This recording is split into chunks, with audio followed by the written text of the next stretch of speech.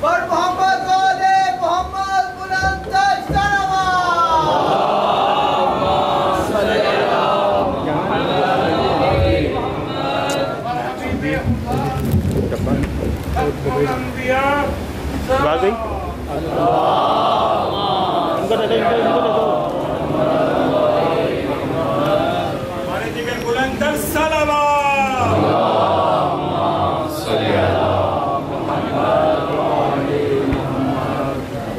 ایک سورہ فاتحہ اور 3 دفعہ سورہ توحید پڑھ کر تمام مومنین مومنات محرومین تمام علماء تمام شہداء اپنے محرومین میرے محرومین بانیان مجلس کے محرومین استاد شہید سبت جعفر شہید سردار شہید عارف حسینی غریب کو پڑھ کر بس صلی اللہ علیہ وسلم.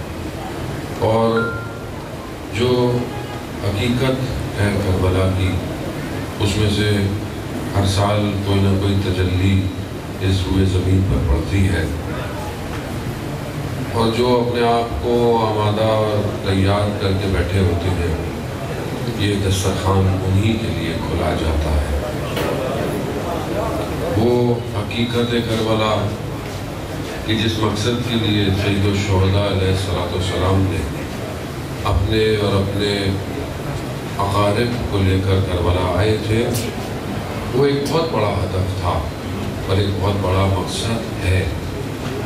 ہمارا بھی ہدف یہی ہونا چاہیے کہ مجلس اور عزاداری کے ذریعے سے ہم اس کربلا تک پہنچیں. وہ کربلا آشوب اور فتنوں کے اندر سمیٹی ہوئی، وہ کربلا جہاں پر بے وفائیں، جہاں پر دشمن کی سازشیں کہ جو وقت کے ولی کو اکیلا چھوڑ دیتی ہیں، اسی کے درمیان میں ایسے لوگوں کی داستان ہے کہ جس نے اپنے وجودوں کو اپنے امام پر قربان کر دیا، وہ کہ تیر لگتے رہے، نیزے کھاتے رہے، مگر اپنے آپ کو اپنے امام سے دور نہیں کیا۔ آج ہمیں بھی یہی دیکھنا ہے کہ آج کے دور کے اندر یہ تیر اور نیزے کیا ہے، آج کے دور کا امام کہاں کھڑا ہے اور اسے ہم سے کیا چاہیے۔ اصل ہدف کربلا کا یہی ہے۔ وہاں جو امام تک پہنچے تھے لوگ، وہ عام لوگ نہیں تھے، وہ تھے کہ جو معرفت رکھتے تھے، نہ صرف امام کی، کیونکہ امام کی معرفت اسی کو ہو سکتی ہے کہ جو خدا کی معرفت رکھتا ہو۔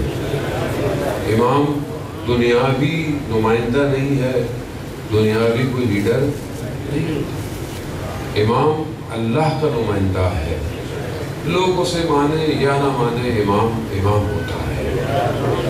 لیکن امام تک پہنچنا آسان نہیں ہے، ہر کوئی امام تک پہنچ نہیں پاتا۔ زبان کے لقلقے پر جاری رہتا ہے الجل الجل، لیکن پہنچنا مشکل ہے، کیونکہ اس پہنچنے کے لیے اپنے آپ کو، اپنے وجود کو قربان کرنا پڑتا ہے۔ اور ہر دور کے اندر یہ امتحان رہا ہے۔ ہر دور میں جو بھی اللہ کا ولی لوگوں کے درمیان میں آیا، اللہ نے امتحان لیا ہے، آزمائش۔ جو آزمائش میں کامیاب ہو گیا وہ اللہ کے ولی تک پہنچتا ہے۔ بنی اسرائیل جہاں قرآن اس کی داستانیں جو ہیں وہ ہر کئی صورتوں میں ہے، آپ سوچیں کہ بنی اسرائیل مشکل میں ہے، پریشانی میں ہے، فرعون ان کے اوپر حاکم ہے، اور ایسا حاکم ہے کہ جو بچوں کو مار دیتا ہے، مردوں کو جو ہے وہ زندانوں میں ڈال دیتا ہے، غلام بنا دیتا ہے، اور عورتوں کو اپنے پاس غلام بنا کر رکھتا ہے۔ وہ آپ دیکھیں کہ بنی اسرائیل اتنی پست ہو چکی تھی، اتنا اسے دبا دیا کہ بنی اسرائیل کی چیخیں نکلنا شروع ہوئی، اور بنی اسرائیل نے خدا کی بارگاہ میں اس منجی کو یاد کرنا شروع کیا جو نجات دے گا، اور وہاں اس نجات اور اس گریے نے حضرت موسیٰ علیہ السلام کو اس قوم میں بھیجا۔ کیسے بھیجا؟ جبکہ فرعون کے دربار میں جادوگروں نے فرعون کو بتا دیا تھا کہ ایک بچہ پیدا ہونے والا ہے جو تمہاری اس حکومت کو پلٹ دے گا۔ اب پہلی بات تو یہ خود سوچے کہ یہ جادوگر کتنے طاقتور تھے کہ جن کو اللہ کے نمائندے کا پتا تھا۔ یعنی کون ہے جو یہ خبریں، حقیقت ہے، خبر جھوٹی نہیں ہے، خبر تو حقیقت ہے، کون ہے جو اس الہی خبروں کو ان تک پہنچا رہا ہے؟ اور اس کا مطلب ہے کہ ایک نظام ساتھ ساتھ آ رہا ہے جو ولی کے مقابلے میں لوگوں کو اکساتا ہے۔ پہلا کام ہی اس نے یہی کیا، فرعون کو بولا کہ ولی پیدا ہونے والا ہے، ولی وہ بھی یہ پیدا ہونے والا ہے، وہ بھی ولی پیدا ہونے والا ہے، وہ بھی تمہاری حکومت کے اندر پیدا ہونے والا ہے۔ اس نے ظاہر ہے اپنی حکومت کی ضرورت تھی، اقتدار، شہرت، نفس، یہی تو چیزیں جو انسان کو مار دیتی ہیں، اور ہے کیا؟ ورنہ اقتدار کیا ہے؟ جو حاکم ہوتا ہے کیا وہ پوری مملکت سے کیا کرتا ہے؟ کچھ بھی نہیں ہوتا ہے، ایک کرسی اور ایک نام ہوتا ہے، ورنہ آج تک وہ اپنی حکومت میں چل پھر نہیں پاتا کبھی تک۔ وہ اس اقتدار اور نام جو جس کا تعلق باہر کے فرعون سے کم اندر کے فرعون سے زیادہ ہے، اور یہ فرعون خدا نہ خواستہ ہمارے اندر بھی آیا جاتا ہے۔ عزائر کے فرعون کو سمجھایا اس لیے گیا کہ اپنے باطن کے فرعون کو دیکھو، یہ باطن کا فرعون رکاوٹ ڈالتا ہے۔ وہاں ظاہر کا فرعون تھا، کیا میں رب نہیں ہوں؟ کیا میں حاکم نہیں ہوں؟ کیا نہیں ہے میرے پاس؟ اس نے کہا کہ روکو، اللہ کے ولی کو روکو۔ کیسے روکا؟ کہا جو بچے پیدا ہوں ان کو مار دو۔ مگر خدا، جہاں وہ اتنی انفارمیشن لیک ہو بھی گئی، پہنچ بھی گئی، وہاں خدا جانتا ہے اپنے ولی کی حفاظت کیسے کرنی ہے۔ حضرت موسیٰ کی ولادت کو کیا رکھا؟ مخفی رکھا، ظاہر نہیں ہونے دیا، اور جب ہو گئے تو خدا قرآن میں کہتا ہے ہم نے موسیٰ کی والدہ کو الہام کیا، اسے پانی میں چھوڑ دیا۔ ماں کے لیے بڑا سخت ہوتا ہے لفظ جگر کو چھوڑنا، لیکن کہا ہم نے ماں کے دل پر یہ ڈالا کہ گھبراؤ نہیں، ہم موسیٰ کو تمہیں لوٹا دیں گے۔ الہی نظام دیکھیں، یہ جو آج ہم پھنسے ہوئے ہیں مشکلات میں ہیں، کیونکہ ہم قرآن سے اس طرح عبرت نہیں لیتے، قرآن سے ہدایت نہیں لیتے۔ قرآن تو محرومین کے ثواب کے لیے پڑھتے ہیں اور گھر چلے جاتے ہیں، وہ بھی اگر پڑھتے ہوں تو، ورنہ جہاں قرآن خوانی ہوتی ہے وہاں تھوڑی پہنچتے ہیں، جب مجلس کا کھانا ہوگا تب پہنچتے ہیں۔ قرآن خوانی تو بیچارے چند لوگ خود پڑھتے ہیں، گھر چلے جاتے ہیں۔ زیادہ محترم تو معاشرے کا پھر حال کیا ہوگا جو آپ کے سامنے ہے۔ حضرت موسیٰ کو بھیج دیا، بہن کو ساتھ ساتھ بھیجا، دیکھو یہ کہاں جا کے رکتا ہے۔ وہ فرعون جو حضرت موسیٰ کو مارنے کے لیے بنی اسرائیل کے تمام بچوں کو مار رہا تھا، فرعون اسی کے محل میں حضرت موسیٰ نے جا کر اپنا پڑاؤ ڈالا، اور جیسے ہی آیا تو حضرت آسیہ کہ جو اس وقت فرعون کے اس کاخ میں رہتے ہوئے لا الہ الا اللہ کرتی تھی، وہاں پر کہا کہ ہماری اولاد نہیں، یہ نور چشم ہو جائے، ہمارا تو کیا ہے۔ وہیں پر حضرت موسیٰ کو ہلایا، بڑا کیا۔ نظام الہی ہے،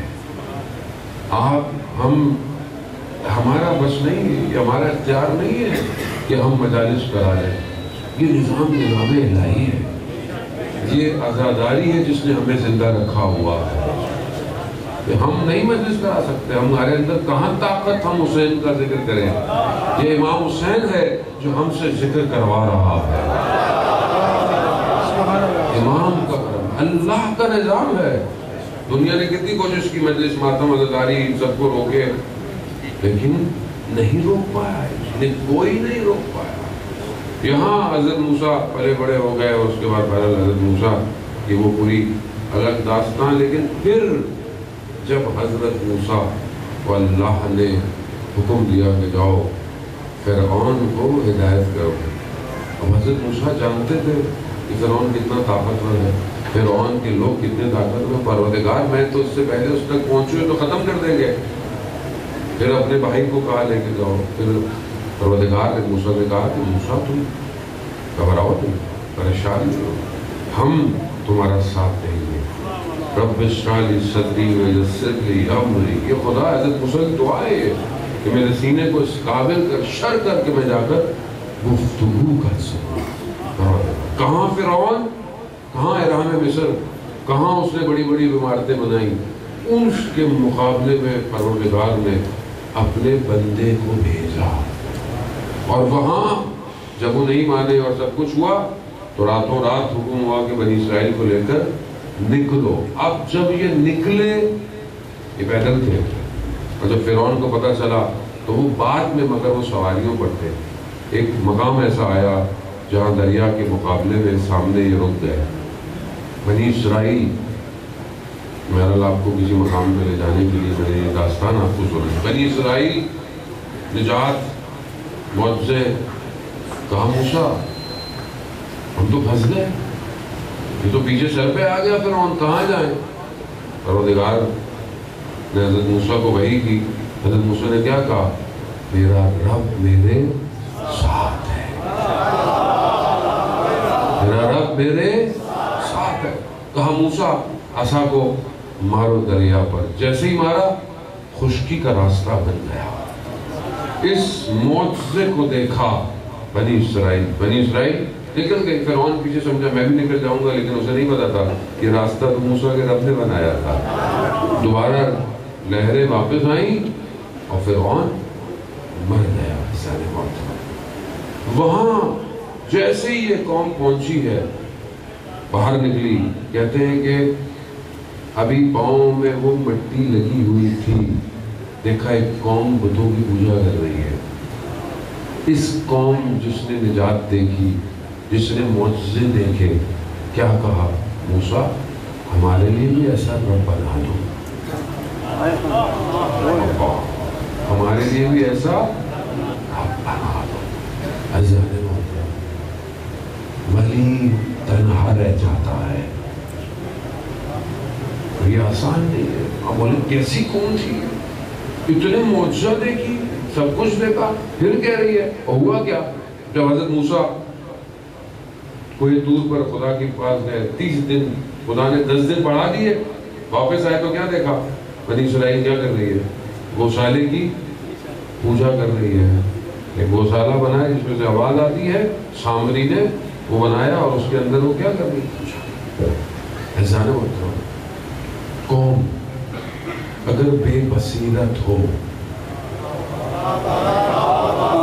بے بصیرت ہو، اس میں بصیرت نہ ہو، تو وہ خط لکھ کر امام کو بلا کر امام کو چھوڑ دیتی ہے۔ بصیرت نہ ہو۔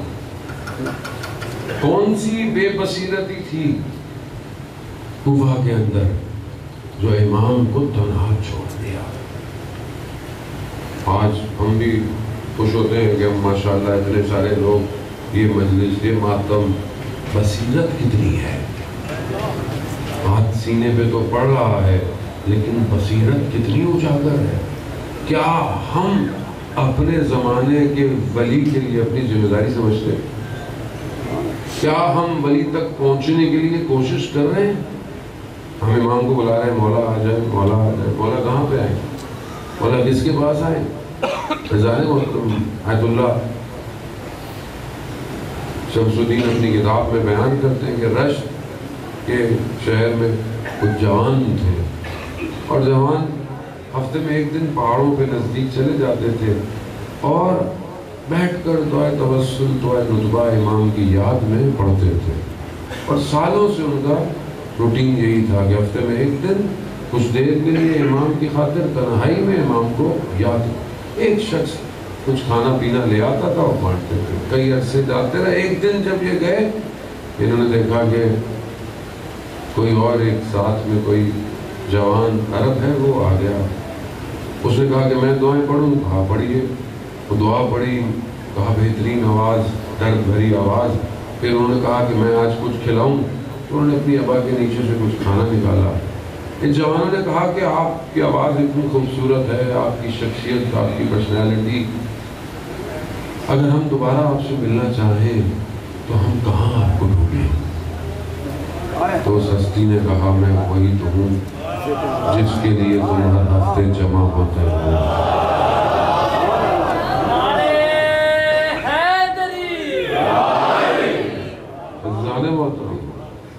میں وہی ہوں جس کے لیے تم ہر ہفتے۔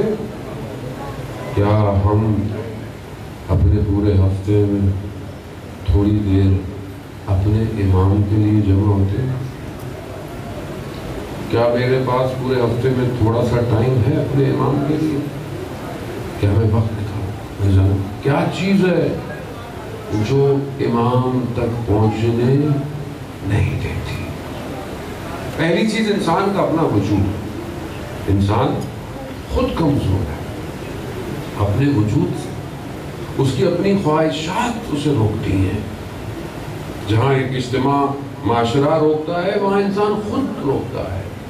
اب ظاہر ہے دونوں چیزیں مل کر امام تک پہنچنی ہیں۔ آپ یہ بولیں کہ میں پہاڑوں پہ چلا جاؤں، خانقاہوں میں بیٹھ جاؤں اور امام تک پہنچوں، ایسے نہیں پہنچ سکتا آدمی۔ وہاں سید الشہداء کربلا میں جو ہے وہ شہید ہو گئے، اور خواجہ ربیع جو تھا وہ پہاڑوں میں بیٹھا ہوا عبادتیں کر رہا تھا۔ وہ خدا کو ایسی عبادتیں نہیں چاہیے۔ خدا کو معاشرے میں شخص چاہیے جو اپنی حفاظت کر سکے۔ جوان کہے کہ نہیں میں باہر نہیں نکلوں گا، میں یہ نہیں دیکھوں گا، میں وہ نہیں دیکھوں گا، میں کسی سے بات نہیں کروں گا، تو ایسا شخص معاشرے کی تربیت نہیں کر سکتا۔ جب قیامت کی آیات آئیں صدر اسلام مدینہ میں، تو کچھ لوگ جنگلوں میں نکل گئے، گھر کو چھوڑ دیا، سب کچھ چھوڑ دیا۔ کیوں؟ کیونکہ قیامت کی آیات کا خوف اتنا تھا کہ ہم نے اب کچھ نہیں کرنا، بس ہم جنگلوں میں رہیں گے، عبادت کریں گے۔ رسول خدا نے ان کو بلایا اور سختی کی، کہا اگر ایسا کرنا ہوتا تو میں تم سب میں افضل تھا۔ مگر زندگی یہ نہیں ہے. زندگی کیا ہے؟ امام موسیٰ کاظم علیہ السلام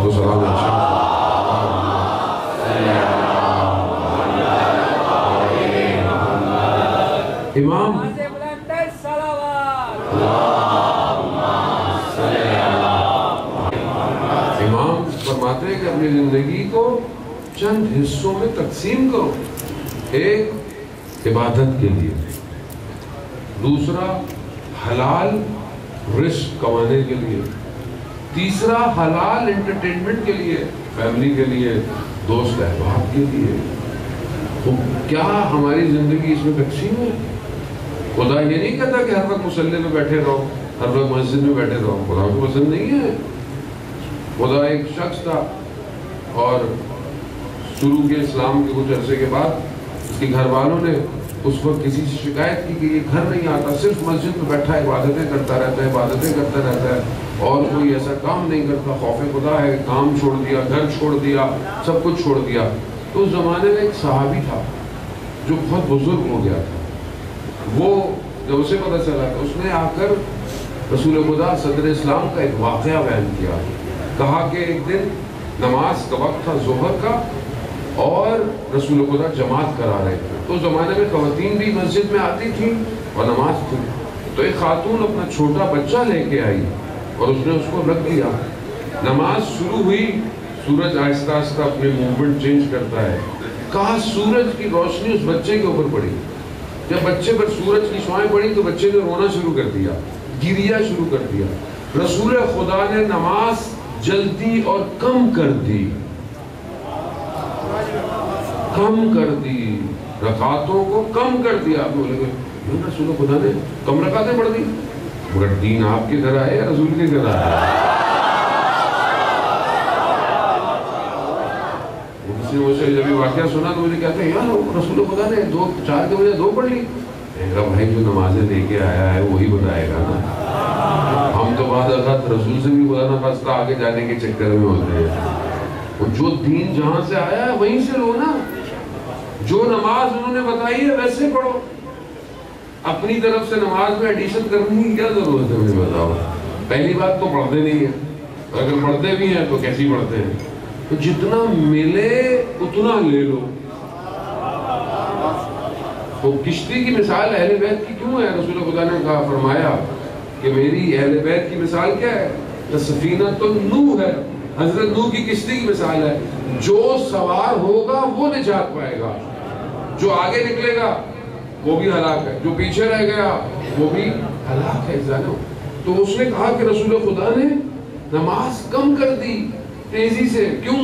اچھا اذیت ہو رہا ہے. اور تم کہہ رہے ہو کہ گھر بچوں کو چھوڑ کے دربار کو چھوڑ کر تم مسجد میں بیٹھے ہو.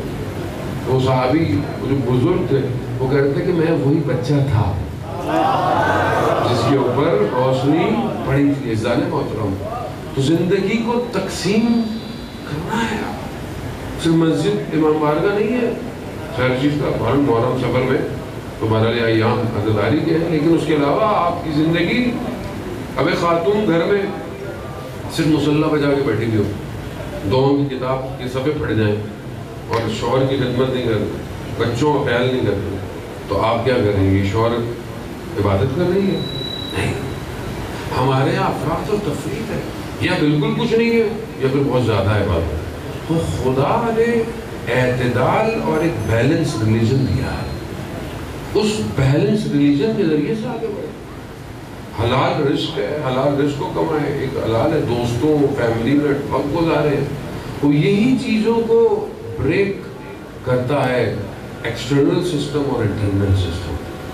انسان کا نفس اس کو گرا دیتا ہے اور ایک انسان کا معاشرہ اس کو گرا دیتا ہے. آج دونوں طرف سے حملہ ہے. کیوں ہے؟ تاکہ یہ جوان ایمان تک نہ پہنچے. معاشرہ کیسے گرا رہا ہے؟ آپ کے سامنے معاشرے میں فساد، مشکلات، اخلاقی مشکلات، نشہ عام ہو جانا، یہ ساری چیزیں کیا ہیں؟ معاشرے کو ضعیف کرو. نشہ سستا ہو جائے گا، خوب کیا ہے آج کل تو فیشن ہوتا ہے نشہ، تو ہر کوئی فیشن کے طور پہ بھی کرتا ہے، لیکن ذہن معاف ہو رہا ہے، ذہن خشک ہو رہا ہے. خوب ایسی حالت میں آپ خدا کی بارگاہ میں کیا کھڑے ہوں گے؟ ایسی حالت میں یہ شخص کہاں امام کی نصرت کرے گا؟ اور یہ جو سوشل میڈیا، یہ جو موبائل، جہاں فائدے بھی ہیں وہاں پر نقصان بھی بہت زیادہ ہے۔ آپ صبح شام جو چیز دیکھ رہے ہیں، حرام تصویریں، نامحرموں سے ارتباط، انسان کو پتہ نہیں ہے سامنے اپنے، اور دنیا کو پتہ نہیں ہے۔ آپ سمجھتے ہیں کہ دنیا آپ کو نہیں دیکھ رہی، آپ سمجھتے ہیں کہ کسی کو نہیں پتا میں موبائل میں کیا کر رہا ہوں، مگر قرآن نہیں کہہ رہا الم یعلم بأن اللہ یرا، مگر تم نہیں جانتے کہ خدا تمہیں دیکھ رہا ہے۔ لوگوں کا خوف ہے کہ لوگوں کو پتہ نہ چل جائے۔ بچے کا خوف ہوتا ہے انسان گناہ نہیں کرتا سامنے کمرے میں بیٹھا ہو، مگر خدا کا خوف بچے کے برابر بھی نہیں ہے انسان کو۔ وہ انسان کیسے جائے گا؟ جس کے سامنے حاضر ہونا ہے کیا کریں گے آپ؟ ہم ایک دوسرے سے چھپا سکتے ہیں نا چیزوں کو، خدا سے چھپا سکتے ہیں؟ خدا تو خدا کے ولیوں سے نہیں چھپا سکتا آدمی۔ اللہ قرآن میں سورہ توبہ میں کہہ رہا ہے رسول ان سے کہہ دو عمل کیے چلے جائیں، اللہ، ان کا رسول اور مومنین کی جماعت دیکھ رہے ہیں۔ شخص امام جعفر صادق علیہ السلام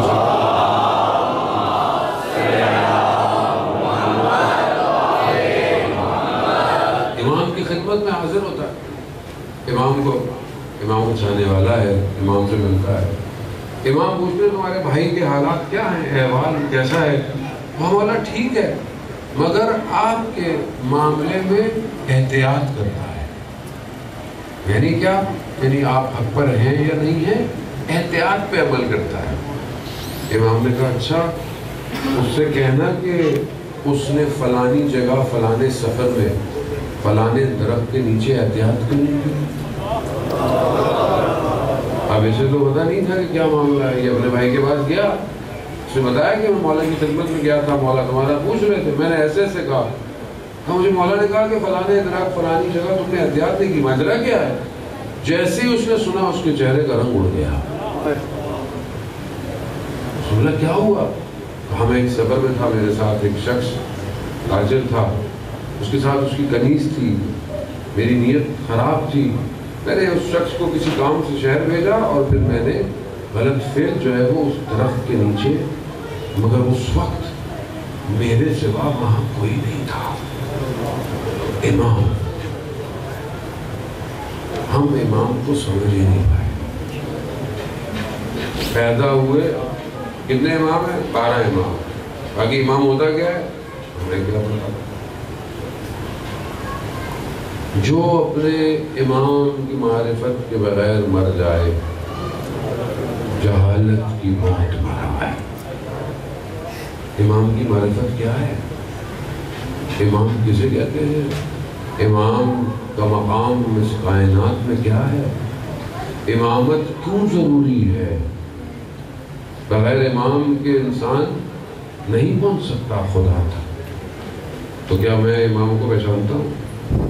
میرے پاس کتنی انفارمیشن ہے امام کی؟ معظم نام تو سب کے پتہ ہے، پیدائش بہت بہت یہی پتہ ہے، امام پیدا کب ہوئے، امام شہید کب ہوئے، بس اس سے زیادہ کتنی کتابیں میں نے آج تک امامت پہ پڑھی، امامت پہ کتنی کتابیں پڑھی ہیں؟ مجھے بتائیں، جتنا ہم اپنا عقیدہ کرتے رہتے ہیں، ولایت، کتنی کتابیں پڑھی امامت پہ؟ کتنے قول پڑھے مولا کائنات کے؟ عشق ہے نا ہمیں مولا سے، علی علی علی علی ہم کرتے ہیں، کتنے قول پڑھے ہم نے امام علی کے آج تک؟ امام علی کی صبح کیسے تھی، امام علی کی رات کیسے تھی، امام علی ہمسایوں کے ساتھ کیسے تھے، امام دشمن کے ساتھ کیسے تھے، امام اپنی زوجہ کے ساتھ کیسے تھے، امام اپنے بچوں کے ساتھ کیسے تھے، کیسے تھے؟ آغا امینی جنہوں نے کتاب غدیر الغدیر، جنہیں 30 سے 40 سال لگے یہ کتاب لکھنے میں، کس پر ہے کتاب؟ امام کے فضائل، جہاں جہاں دنیا میں جس جگہ تھے ان کو جمع کیا، مصر، دمشق، ہندوستان، لائبریری میں بیٹھ جاتے تھے اور کہتے تھے باہر سے بند کر دینا، کیوں؟ تاکہ میں ایک ایسی کتاب لکھوں جس میں امام کے فضائل ہوں. کئی جلدوں میں وہ کتاب ہے، اردو میں بھی وہ جلدیں ترجمہ ہو چکی ہیں. وہ کہتے ہیں کہ میں دمشق میں تھا، وہاں دوسرے علماء بیٹھے ہوئے تھے، دوسرے جو ہے وہ فرقوں کے. انہوں نے مجھے کہا کہ آپ مولا کائنات کے بارے میں بہت زیادہ بڑھ چڑھ کر بولتے ہیں. بولا کیوں؟ کہا آپ کہتے ہیں کہ مولا رات کو 1000 رکعت پڑھا کرتے تھے. 1000 رکعت رات کو کیسے ممکن ہے؟ علامہ امینی کی ٹانگ میں نا تکلیف تھی، وہ چل نہیں سکتے تھے، مشکل ہوتی تھی. علامہ امینی نے فرمایا کہ وہ 2 امام تھے، 1000 رکعت تو میں پڑھ سکتا ہوں. تو کہتے ہیں انہوں نے شروع کی، ابھی آدھی رات نہیں ہوئی، آدھی رکعتیں ختم. انہوں نے کہا نہیں ہم مان گئے کہ آپ کا نہیں، اپنے پوری پڑھوں گا. علامہ سے پوچھا کہ آپ بھی 1000 رکعتیں پڑھتے تھے رات کو؟ کہا نہیں میں 1000 رکعت نہیں پڑھتا تھا، لیکن اس رات میں نے کہا مولا آپ جانے اور 1000 رکعتیں جانے. کیوں؟ معرفت. معرفت ہماری کتنی بار ہم خود ظلم کرتے ہیں، دوسرے تھوڑی ہم پر ظلم کریں گے. ہم خود تعلیمات اہل بیت سے دور ہیں. آپ خود سوچیں نا، ہم نہج البلاغہ کتنا ہوگا؟ نہج البلاغہ میں خطبے کتنے ہیں، لیٹر کتنے ہیں، کال کتنے ہیں. اور آج کے دور میں تو یہ مشکل کام ہی نہیں ہے. اب آپ بولیں جی وہاں سے آپ کتاب خریدیں، کوئی وہ خریدیں، اچھی بات ہے آپ کتاب خریدیں. کتابوں کو تو یہ حال ہے وہ بیچاری 2-3 ہزار روپے والی کتابیں اتنے ڈسکاؤنٹ میں بکتی ہیں، پھر بھی کوئی نہیں خریدتا. معاشرہ کتاب دوست ہے ہی نہیں. اس معاشرے کو ٹک ٹاکر بنا لو، سب کو ٹک ٹاکر چاہیے. میں منع نہیں کرتا آپ سوشل میڈیا یوز نہیں کریں، اچھا کام نہیں کریں، لیکن معاشرہ ارتقاء لیتا ہے وہ علم سے لیتا ہے، شعور سے لیتا ہے. کتاب شعور دیتی ہے، چاہے کسی موضوع پہ بھی ہو. آپ بچے اسکول میں پڑھتے ہیں، یہ میں اکثر یونیورسٹی کے بچوں سے ملتا ہوں، کہتا ہوں کہ آپ کا سبجیکٹ کیا ہے؟ وہ کہتے ہیں اس سبجیکٹ پر جو کتابیں آپ کو کورس میں پڑھائی جاتی ہیں تھوڑی آپ کو کمال میں پہنچائے گی. آپ نے اس سبجیکٹ سے ریلیٹڈ کتنی اور کتابیں پڑھی. اگر آپ کو کچھ بننا ہے تو آپ کو اپنے سبجیکٹ پر کچھ پڑھنا پڑے گا نا. ایکسٹرا فزکس پڑھتے ہیں تو کچھ فزکس پر.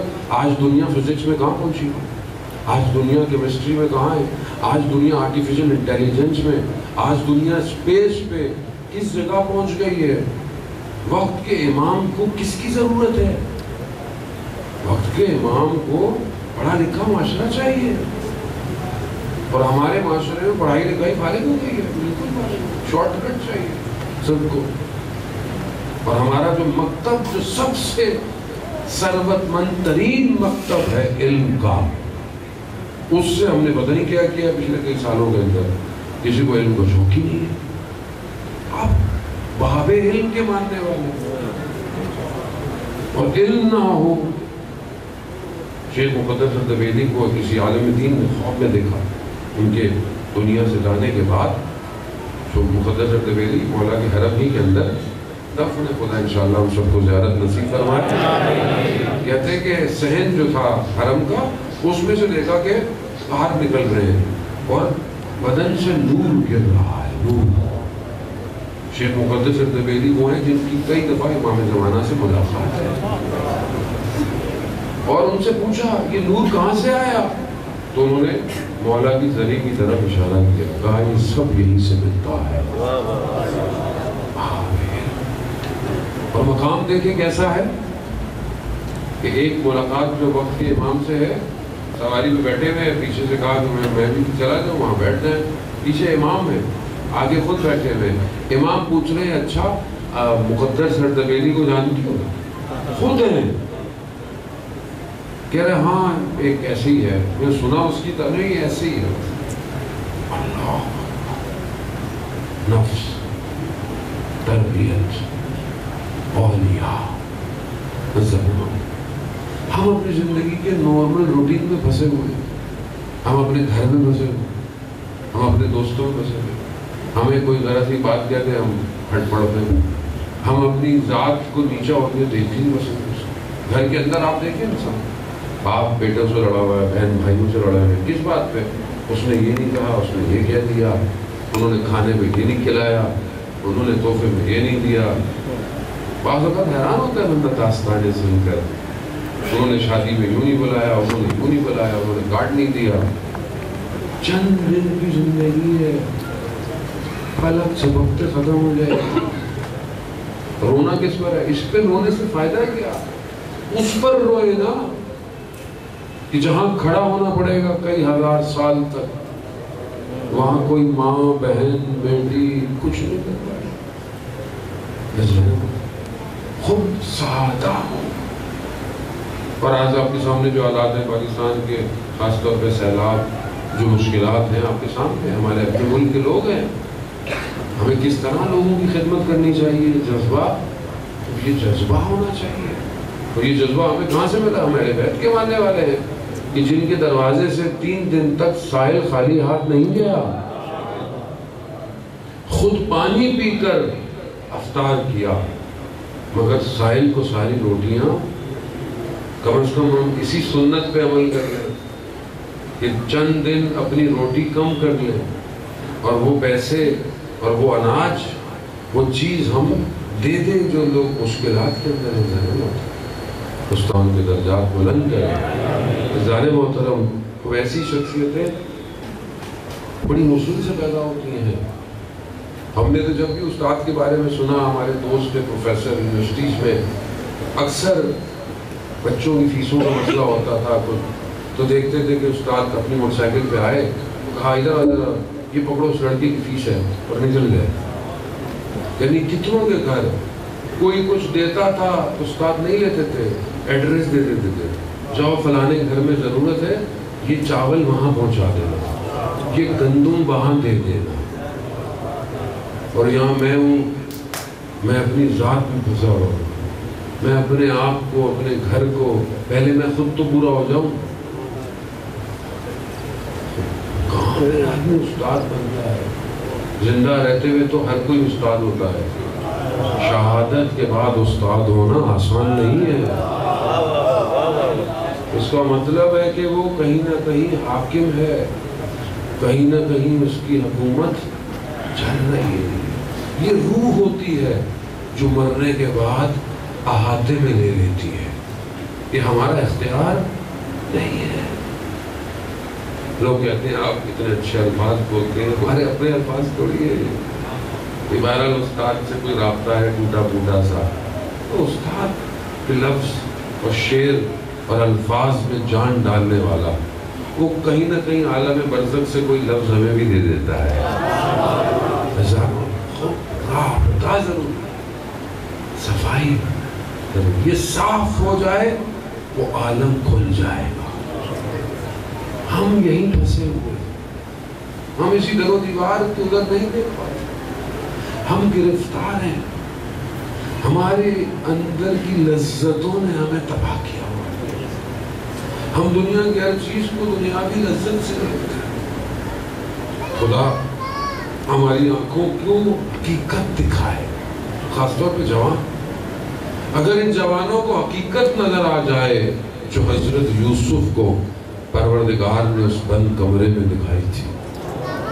حضرت یوسف کو زلیخا نظر نہیں آئی تھی, شیطان نظر آیا.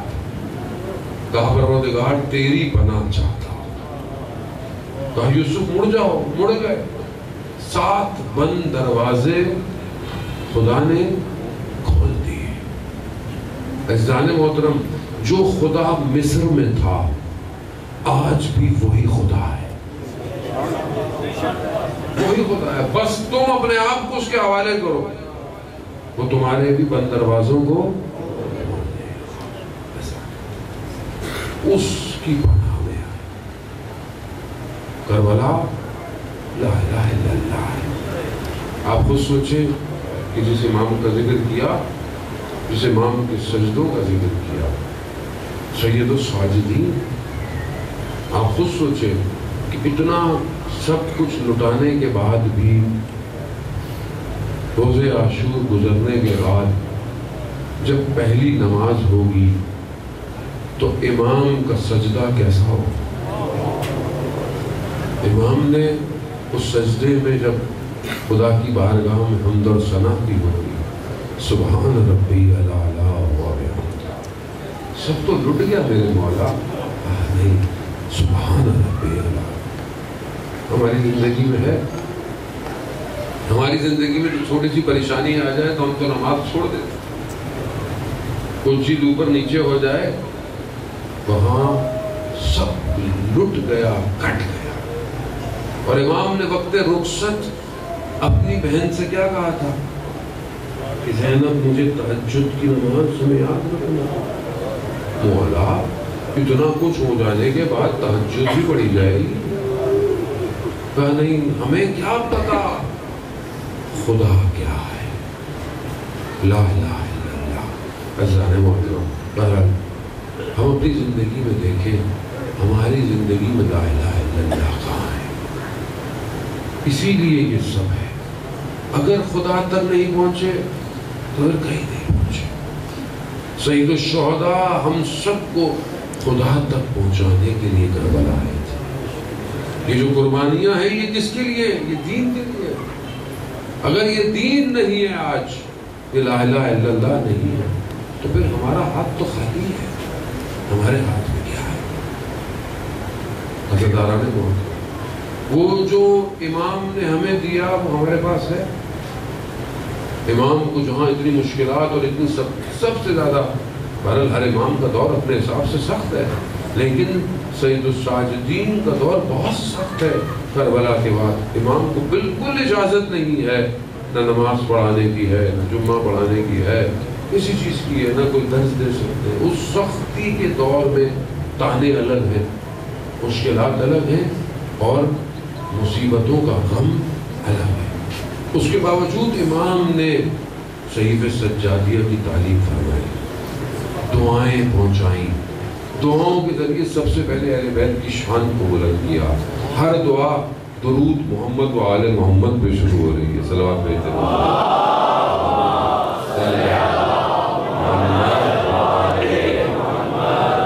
درود کے ذریعے دعائیں، دعاؤں کے اندر سب کچھ امام نے بتایا ہے۔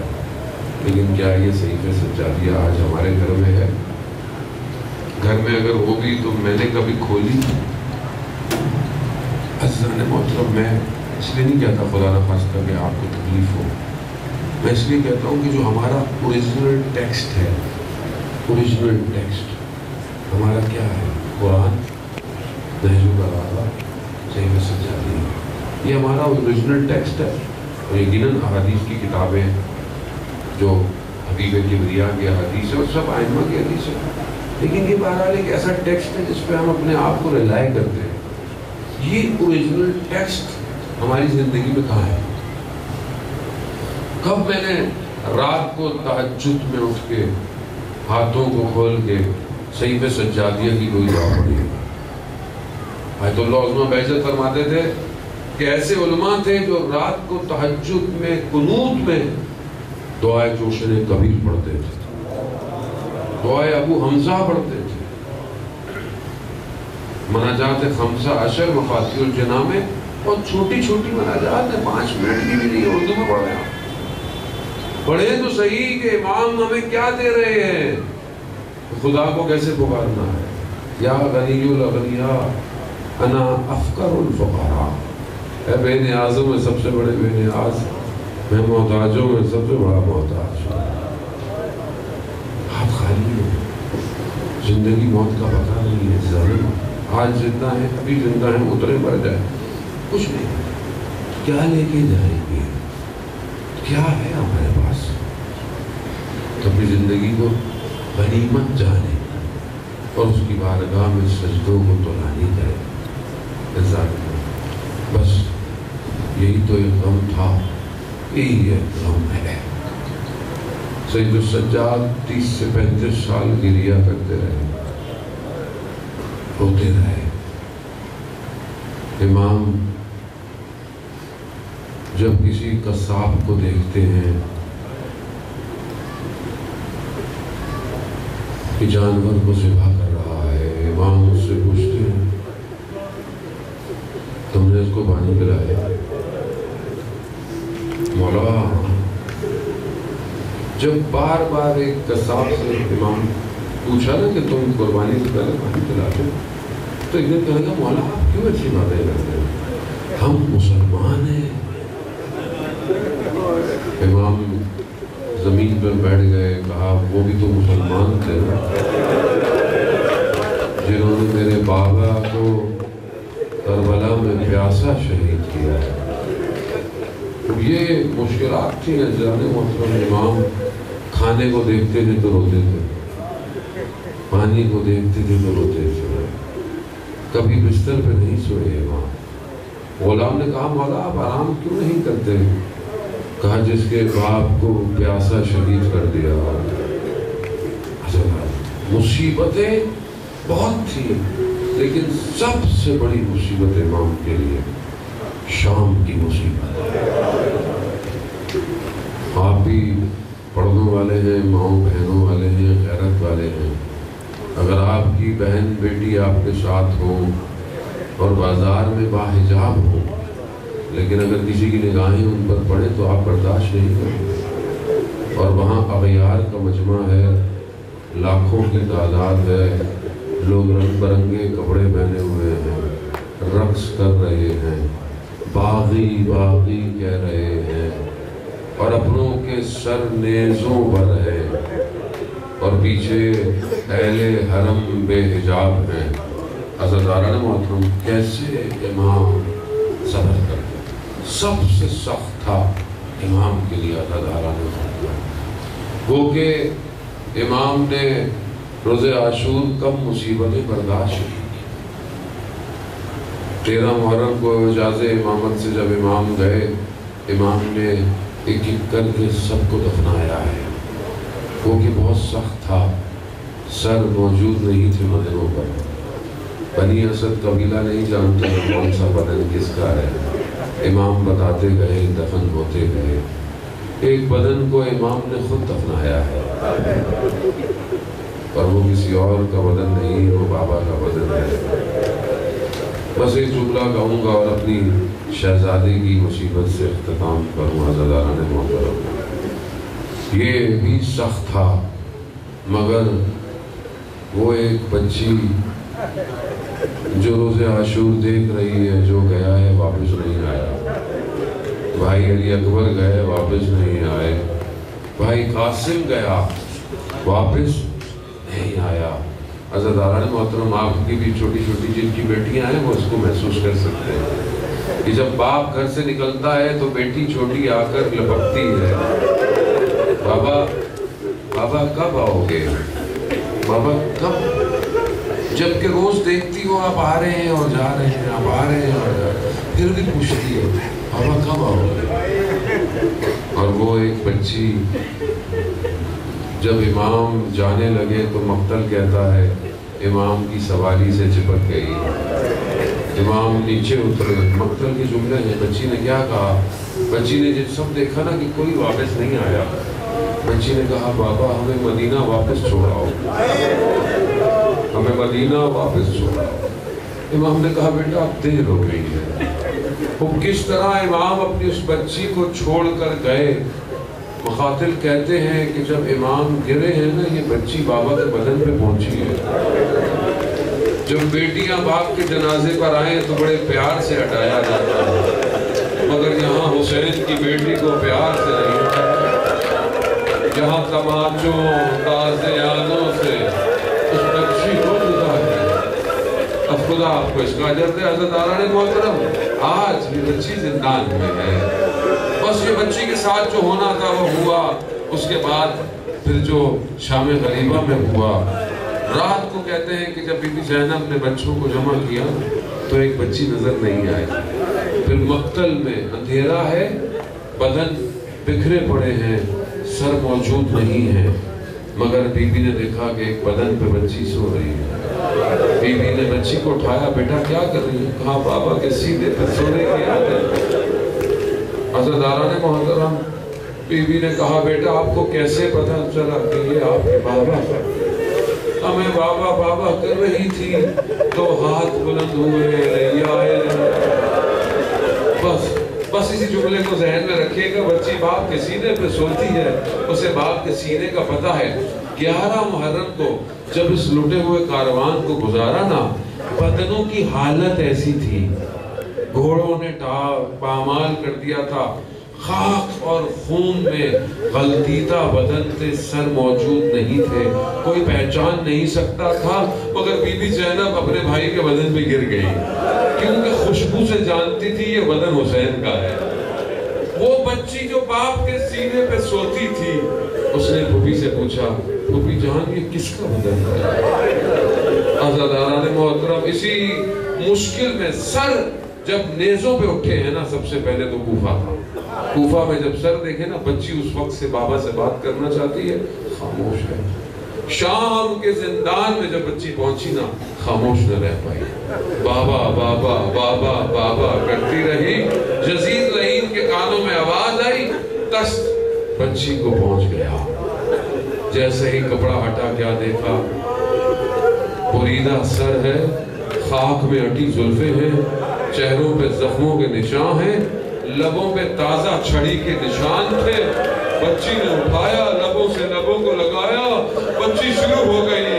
کہا بابا آپ کے جانے کے بعد خیموں میں آگ لگ گئی, بابا آپ کے جانے کے بعد دامن جل گیا, بابا آپ کے جانے کے بعد قانون بدل گیا, بابا پانی مانگو تو تماچے پڑتے تھے, بابا اگر یہ خود کہتے تو میں گوشوارے دے دیتی, بابا یہ کہتے کہتے بچی خاموش ہو گئی. انا للہ و انا الیہ راجعون. ارے میرے بیمار امام نے بڑے بدن دفنائے, مگر شام کے زندان میں اپنی اس بہن کے بدن کو دفنا کر سجاد بڑے روئے.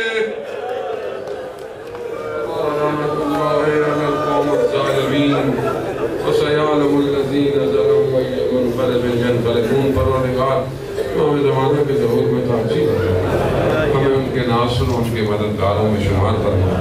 حاضرین مجلس کی جائز خواہشات کو پورا فرما. پروردگار ہمارے وطن عزیز پاکستان کے حالات تیرے سامنے ہیں.